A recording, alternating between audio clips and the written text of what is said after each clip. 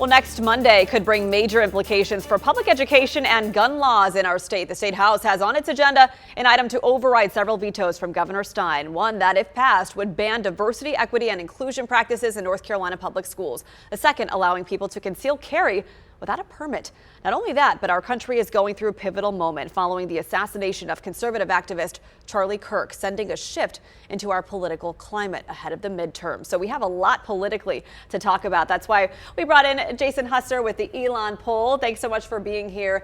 Wow, what a busy time in North Carolina politics. This has been quite a busy couple of weeks in North Carolina politics, Yes. which started out looking like a pretty slow municipal election year. Right, and now it has turned into already big campaigns teeing up for next year, big topics on the agenda. Let's start here with our state house. The General Assembly, as I explained, already overrode several critical vetoes in July. There are 2 critical veto votes scheduled for this coming Monday when they reconvene after a recess. Senate Bill 558, Senate Bill 227, to remove diversity, equity, and inclusion in K through 12 education. The Senate overrode the veto on party lines a few weeks ago. Now it's up to the House. What do you think will happen? Well, in the early 1990s, North Carolina passed a veto. Governor Cooper, who was a legislator at the time, a young legislator, was the key author of that veto legislation. And it made the veto where the governor could slow things down, but he couldn't really stop it. And that's sort of what we're seeing right now. We're seeing that Stein has slowed down these bills. Republicans have a supermajority in the Senate, so they went ahead and overrode the vetoes there for these bills. But now they have to do it in the House. And to do it in the House, they have to do one of 2 things. They either have to flip a Democrat or 2, or they need to wait for a Democrat or 2 not to be there so that they can hit the 3/5 majority. The Republicans in the General Assembly have gotten really good at overriding vetoes. They've had more practice over the last few years than they've had in the history of the veto in North Carolina. And so that they have something scheduled, which looks like it's going to be the veto override, suggests to me the Republican leaders know that they're going to have a Democrat who's going to join them, or somebody's not going to be there that day. There's no making up a vote if you're not present for that vote, right? When they call the votes, their votes need to be in, and they changed some laws and rules about how much notice is available as well for Democrats. So something's going on that's going to give Republicans, I think, some leverage in order to override Stein's veto, which would mean we'll see additional prohibitions about what can be taught in classrooms, as well as North Carolina moving to a constitutional or permitless carry state.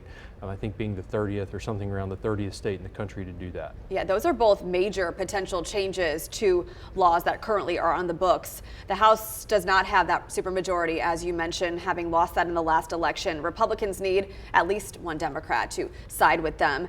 So it sounds like these July vetoes were overridden easily, and perhaps more easily than voters anticipated without that supermajority. Why do you think that happened? Why were some Democrats able to get on board with those other votes? And there was this whole package of veto overrides that I think a lot of Republican loyalists and base folks were hoping would happen earlier this summer.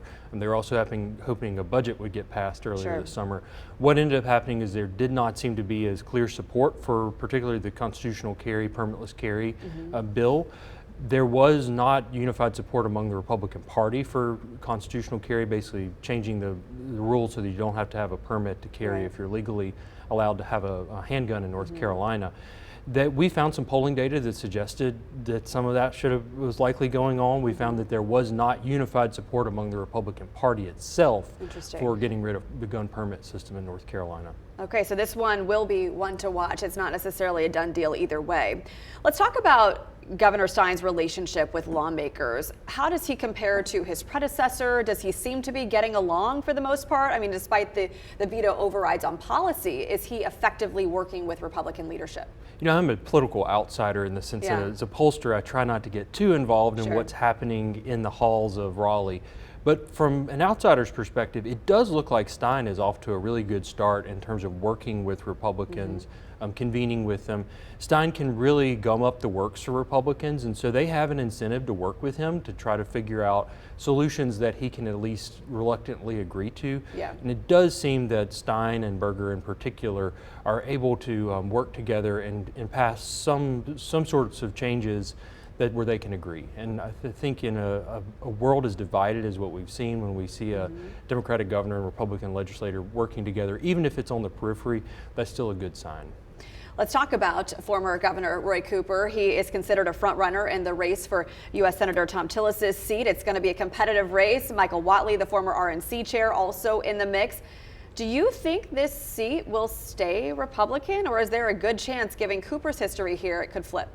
Before Thom Tillis decided he wasn't going to run again, this looked like it was going to be, if not a safe Republican seat, one that was pretty close to as safe a seat as you could get in a divided state like North Carolina.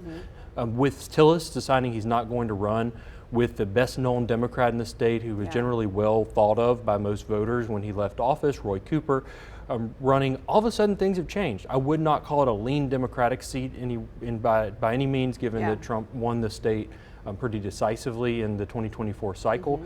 But we have an extremely well-known Democrat who is well thought of by many folks across the aisle, running against someone who is largely unknown outside of political circles. Wow, that is interesting. Let's talk about the political climate heading into these municipal elections and then, of course, to the midterms next year, especially in the wake of conservative influencer Charlie Kirk's death.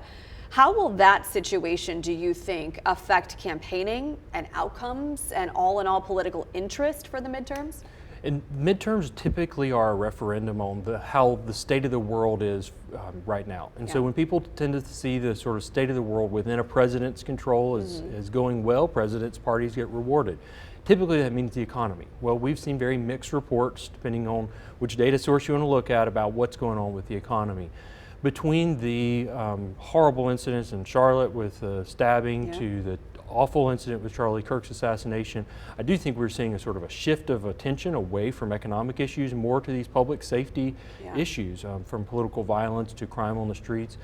That tends to be issues that Republicans do better in. So I think right now we are seeing a movement of talking points that are terrible events, but ultimately are ones that Republicans have won voters on in the past. There have been rumblings about whether J.D. Vance is going to run for president. He was a close friend of Charlie Kirk. He even hosted his podcast the other night, clearly bringing their allegiance to light. How do you think this tragedy will shape perhaps his future political ambitions? Charlie Kirk did one thing that I think was extremely needed for the Republican Party, which was there was this never Trump movement among the Republicans. When Trump first took over the party, quite a few traditional Republicans said, we don't want Trump, and so we're going to just sit aside from this one. If we think back to 2016, quite a few normal sort of old guard Republican organizations largely sat it out. And Kirk introduced new energy into the party, particularly among young voters, and filled some of that missing infrastructure. J.D. Vance is clearly the heir to that movement right now, and so I think what we're likely to see is Vance consolidating support both within traditional Republican politics as well as sort of the MAGA movement as well. And so horrible events, and it does seem that Vance has positioned himself in such a way to be sort of the torchbearer for those positions going forward. That'll be interesting to watch, the next election, not really that far away, the next presidential election. And lastly, what kind of polls are you running right now? What information are you trying to gather from North Carolina voters? We've been doing big projects on D1 college sports. What we've been seeing in the landscape is really this unprecedented shift in what's happening in D1 sports with the House settlement happening, changes potentially to the NCAA and the Power Four. And then right now we're doing polls about what's happening in North Carolina regarding crime. What do people think about troops being in Greensboro or Winston-Salem or Charlotte? This is going to be on voters' minds and potentially actions we could see going forward. So we want to know, what do North Carolinians really think about their feelings of public safety right now? Always interesting to see your polling results for those key topics. Thanks so much, Jason. We'll check back in with you in our 9 o'clock hour, and we will be right back.